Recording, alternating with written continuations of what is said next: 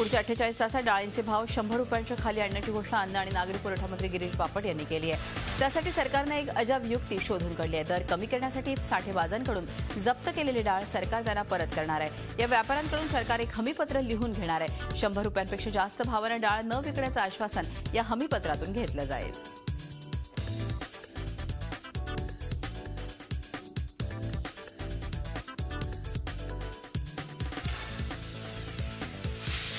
KDMC 4 अपक्ष नगरसेवक, काँग्रेसचे 2 आणि राष्ट्रवादीचे 1 नगरसेवक शिवसेनेच्या गळाला लागलेत। त्यामुळे सेनेचं संख्याबळ 59च्या घरात पोहोचतंय। भाजप मात्र स्वतःचे 42 आणि 27 गाव संघर्ष समितीचे 9 जण असे 51 जण असल्याचा दावा करत आहे। त्यामुळे शिवसेना सत्तेच्या अधिक जवळ पोहोचल्याचं चित्र निर्माण झालंय। त्यामुळे भाजप काय भूमिका घेते याकडे सगळ्यांचंच लक्ष लागलंय।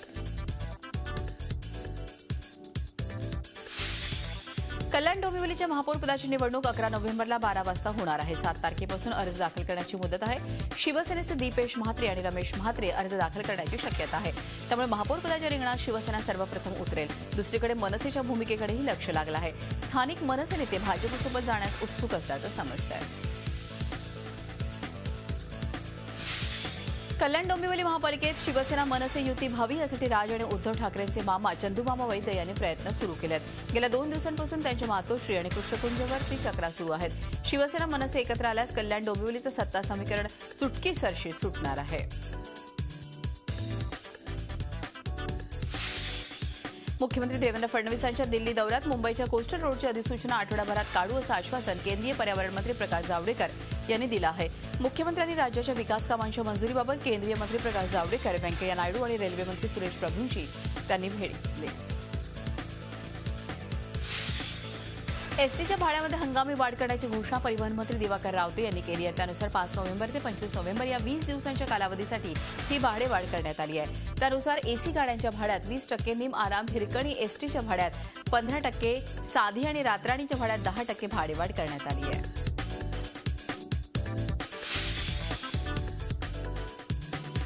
मुंबई शहर आणि उपनगरात बेस्टची वीज वापरणाऱ्या ग्राहकांना या महिन्याचं वीज बिल दामदुपटीनं वाढल्याचं समोर आलंय। ऑक्टोबर महिन्यातील बिलाचे आकडे पाहून वीज ग्राहकांना शॉक बसलाय। याआधी 1000 ते 1500 बिल भरणाऱ्या ग्राहकांच्या हाती 3 ते 4000 रुपयांची बिलं पडली आहेत। मराठवाड्याची तहान भागवण्यासाठी अहमदनगर जिल्ह्याच्या मुळा धरणातून सोडलेल्या पाण्यापैकी अर्धा टीएमसी पाणी जायकवाडी धरणात पोहोचलंय।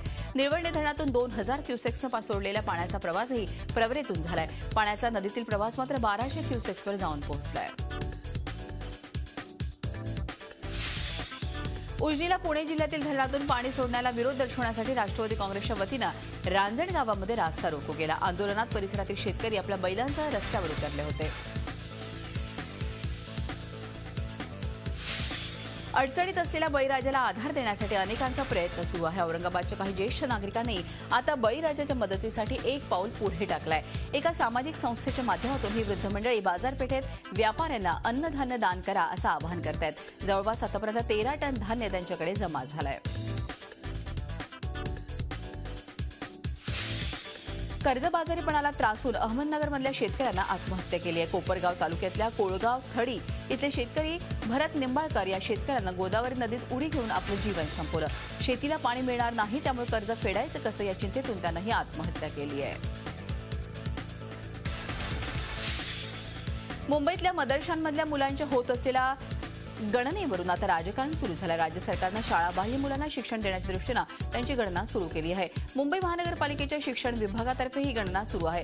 मात्र कोणतंही परिपत्रक न काढता तोंडी आदेशाद्वारे ही गणना केली जात असल्याचा आरोप होतोय।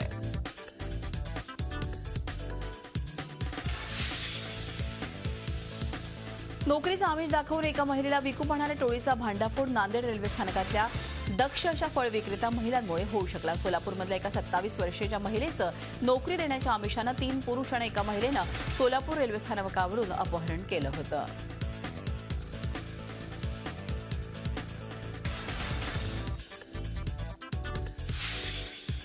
पान मसाल्याची जाहिरात करणं बॉलिवूडच्या कलाकारांना भोवण्याची शक्यता आहे। अशा प्रकारे पान मसाल्याची जाहिरात करणाऱ्या कलाकारांना एफडीए नोटिसा पाठवणार आहे। शाहरुख खान, अजय देवगण, गोविंदा आणि मनोज वाजपेयी यांना नोटिसा पाठवल्या जाण्याची शक्यता आहे। राज्यात पान मसाल्यावर बंदी असतानाही अशा प्रकारे जाहिरात करण्यात येत आहे।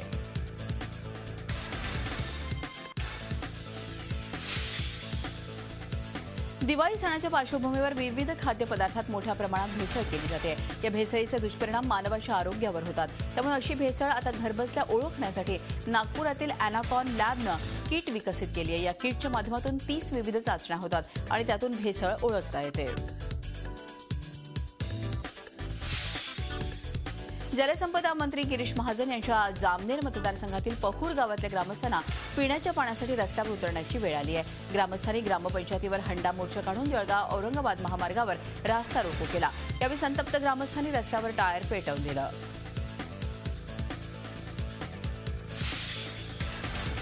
आरटीआय कार्यकर्ते मल्लिकार्जुन भाईकट्टी यांच्यावरती झालेल्या हल्ल्याप्रकरणी काल लातूरमध्ये सर्व पक्षांनी मूक मोर्चा काढून निषेध नोंदवला। लातूरच्या जिल्हाधिकारी कार्यालयावर काढण्यात आलेल्या या मोर्चात शिवसेना वगळता बहुतांश प्रमुख पक्षातील स्थानिक कार्यकर्ते उपस्थित होते।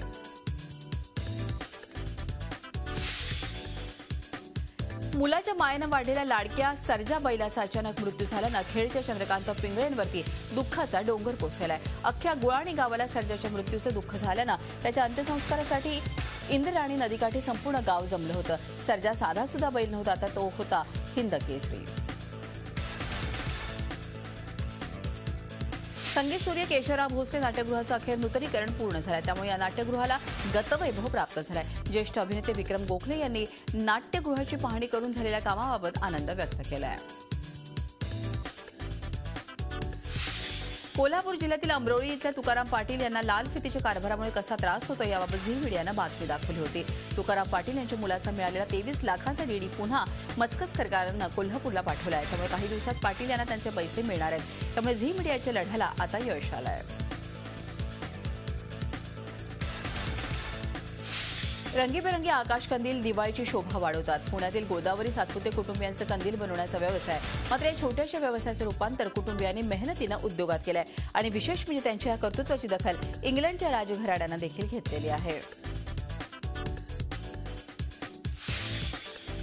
मुंबईमध्ये 6 महिन्यांपूर्वी बेपत्ता झालेल्या 2 तरुणांची हत्या झाल्याचं आता समोर आलं। ठाणे पोलिसांच्या कारवाईमध्ये अत्यंत रहस्यमय अशा डबल मर्डरचा उलगडा झालेला आहे। या प्रकरणी 2 आरोपींना अटक करण्यात आली आहे।